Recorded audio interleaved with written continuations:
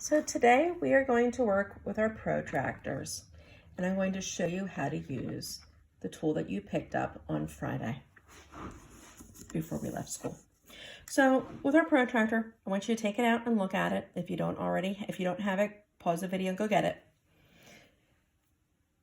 So your protractor should look like mine. You have a small ruler, about not quite 4 inches in the bottom. It has a dotted line. It has a hole in the center. And it has 2 sets of numbers.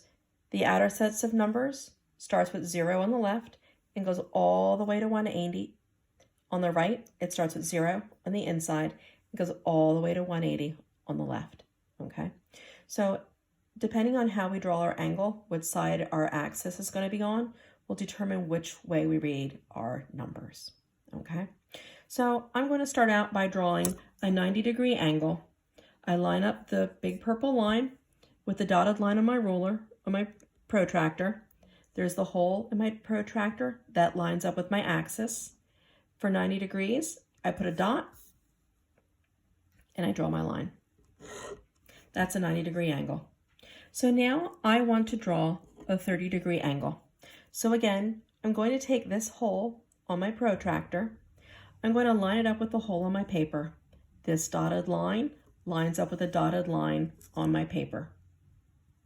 Since this line is my 0, my starting point, I need to look for 0 on my protractor, on this side of my protractor.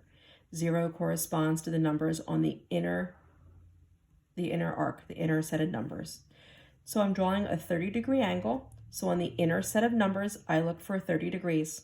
And 30 degrees corresponds to this big tick mark. These big tick marks are every 10 degrees, just like a ruler, every 10 degrees. So I made my mark. I'm going to connect my 2 dots and draw a 30-degree angle. That's how I denote 30 degrees. Now I want to figure out what this measurement right here is. So I'm going to do 90 minus 30. So that should be a 60-degree angle. So I'm going to check with my protractor. To figure that out, I'm going to take the hole in my protractor, line it up with the dot, and I'm going to rotate so that my dotted line lines up with the line I just drew. Okay, so hole on the axis, dotted line lining up with the line I just drew, and I'm going to continue reading on the inner set of numbers, and this big 90-degree line corresponds to 60 degrees, the 60-degree mark on my ruler. So this other angle is 60 degrees. When you have 2 angles together that add up to 90 degrees, they are called complementary angles.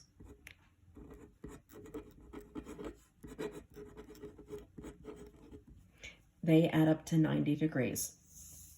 So now I'm going to follow the same process, and I'm going to show you how to use the protractor using the outer set of numbers.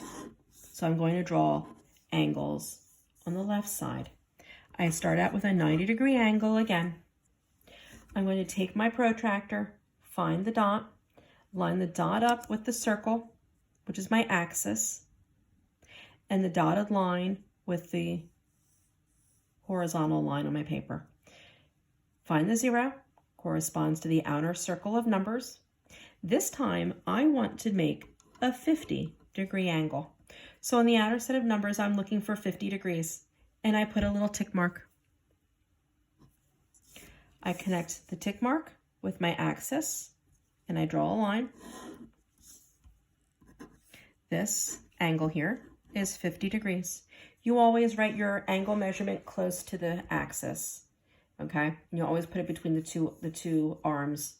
These lines, these rays are called arms.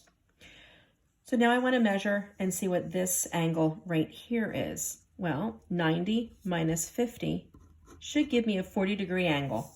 So again, I put the hole of my protractor on my axis. I rotate my protractor so that dotted line lines up with what I just drew. I double check to make sure everything's in place, and I read across the outer set of numbers. And it is not quite 40. It's close, but not quite. Okay, we're not going to be perfect. So this angle here is very close to 40 degrees. And again, these two angles, they add up to 90 degrees, so they're complementary angles. There is another type of angle that I want to show you. It's an angle that is bigger than 90 degrees, okay? So I'm going to start, instead of having my axis on the end of the line, I'm putting it in a little bit towards the center, or in a little bit. They don't have to be at the ends, they don't have to be at the center. So again, I'm lining up my protractor with the line, and I'm putting the hole on the axis. Since I am measuring 130 degrees, I want this side to be my starting point, and I want my angle to go this way, to be open this way. So I'm going to look at the inner set of numbers on my protractor, and I'm going to follow it all the way around past 90 to 130 degrees. And I'm going to put a little tick mark. So again, this is my 0. I'm going to go all the way around past 90 to 130, put a little tick mark. Then I'm going to connect the two dots and draw my line. This measurement right here is 130 degrees.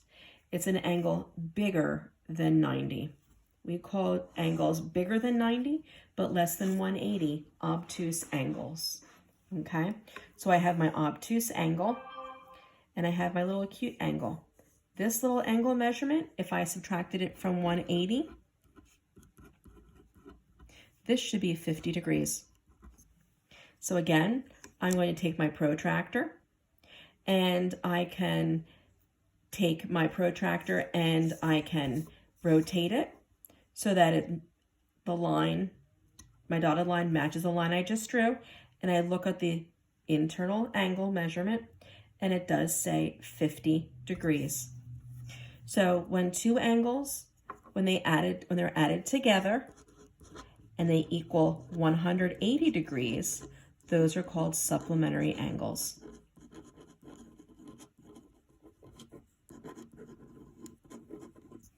Okay. So what you have to work on today is this PDF is online. It is available in Google Classroom. You can either print it out, or you can just look at the numbers, the 6 degrees, and you're going to draw these 6 degrees out. So once you draw them out, you can take a picture of it and email it to me, or take a picture of it and send it to me through a Google Drive upload to it as a document attachment.